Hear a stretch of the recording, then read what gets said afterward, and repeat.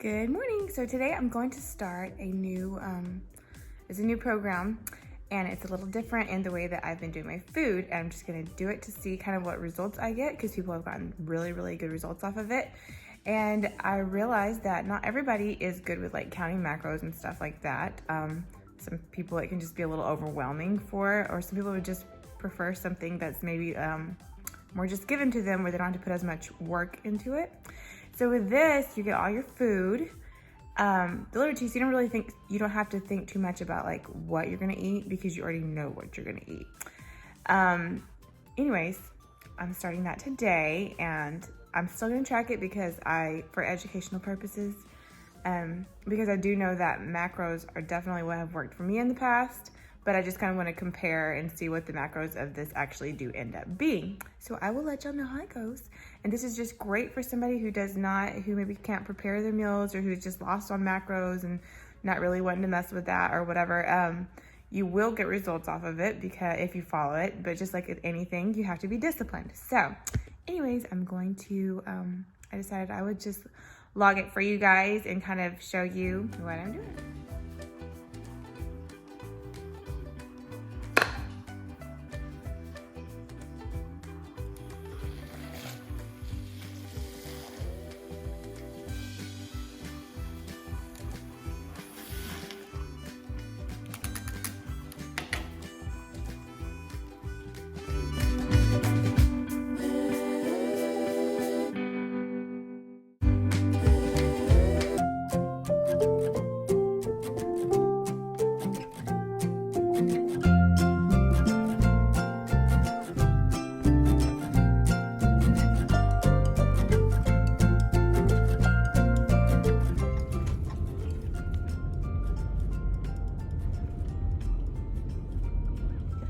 Gym time.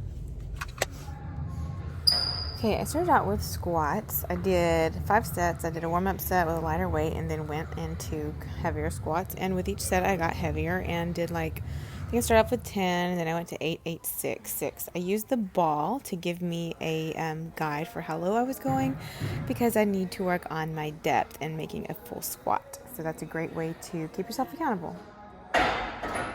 Going into Bulgarian split squats, I did 8 on each leg. You can use a bench, you can use a lower, closer to the ground box, you can use something higher.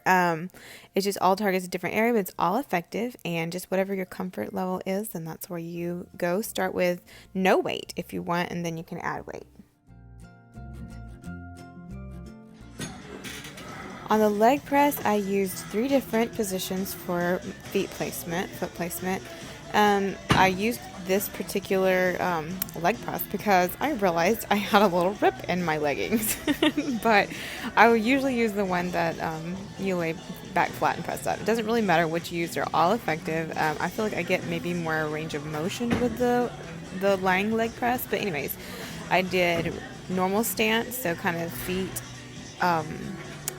hip distance apart. Then I went in closer and did a narrow stance and then a wide stance, and I did 10 reps on each with as little of a break as possible. This was my last set of 4, and so my legs were getting tired by this point, but it's very effective. It works several different areas all in one machine, so it's a great one to go to. And last, I did 4 sets of 10 on the back extension with a rounded back. So you're not going to come up as far as you do on a normal extension, but you will feel it big time in the glute area. So it's one of my favorite for growing those glutes.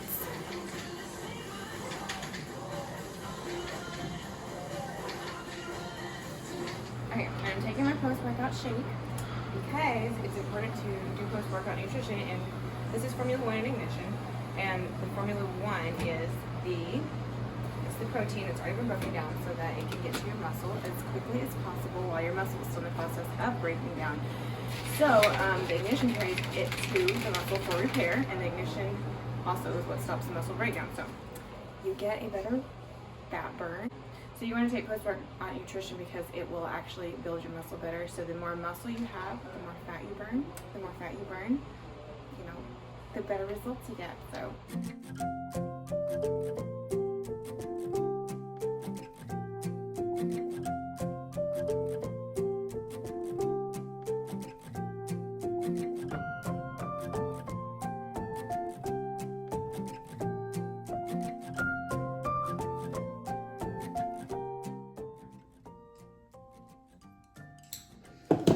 So last night I did a story, okay, because I was watching a vlog and the lady was, well, she was getting her hair done and the hairdresser said that, because the question was, how do I get my hair to grow, or how, you know, what can I use to make my hair grow? And she said it's a misconception that you can actually put anything on your hair to make it grow, that, which although I'm sure there's things you can put on your hair that help it grow, but anyways, that your hair growth is going to come from your vitamins and nutrients. So if you have proper nutrients and nutrition, then you're more likely to have better hair, because your body, your organs take the nutrients first, and so your hair gets the, you know, it gets it second. And so if you don't have proper nutrition, then your hair is not getting any kind of vitamins and nutrients, so it's not going to grow. So I thought that was interesting. But anyways, I did a story on it, and about, like, you know, I said, that's why I take my vitamins. That's why my hair looks so good. Anyways, the truth is, my hair looked great because it was old. It was old. It was dirty. Because everybody knows hair looks better and more full and everything like that when it's dirty.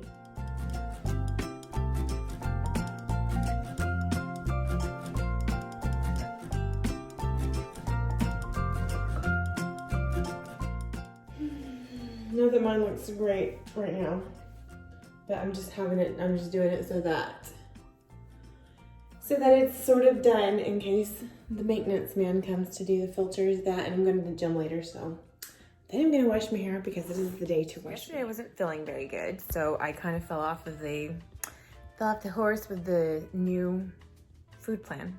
But today I'm getting back on it. Still not feeling 100%. My stomach is kind of queasy, but I'm gonna do the best I can because I really want to stick with this for a little bit. Although, I don't know.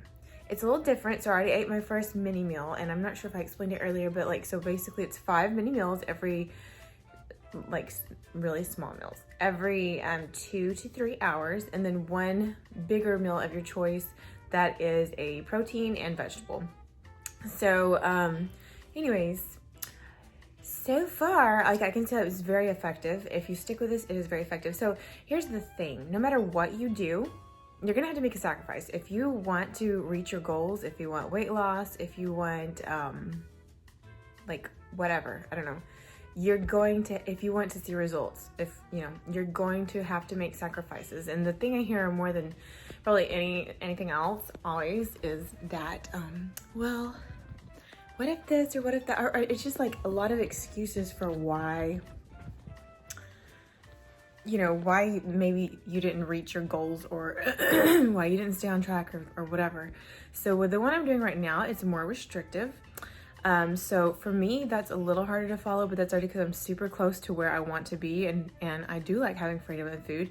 But you have to realize, and you have to remind yourself that if you want to see results, then there's going to be some sacrifices that you have to make until you get there. And then even once you get there, then you have to stay on track. It's about being healthier, it's about being happier, it's about feeling better. And the thing is, once you beat all those bad habits, then although there'll be times you slip off the best, it's okay to do that as long as you jump right back on. And so that makes you have a more sustainable and more satisfying life. So, and then anyway, so I'm gonna stick with this and see how it goes. And I'm standing outside freezing. Wow, those little cuties play basketball. But anyways, okay, so update on my video thing that I've started.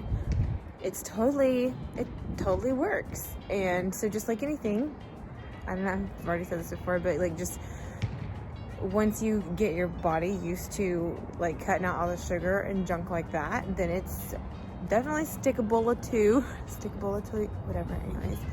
And it's definitely effective, and you will lose weight pretty quick on this if you stick to it, and then transition. I will personally transition back into macro counting because it's a lifestyle. But anyways, I'm gonna close out the video here, but I just wanted to give a slight update. I am on day 4, and yeah, I mean, feel pretty good.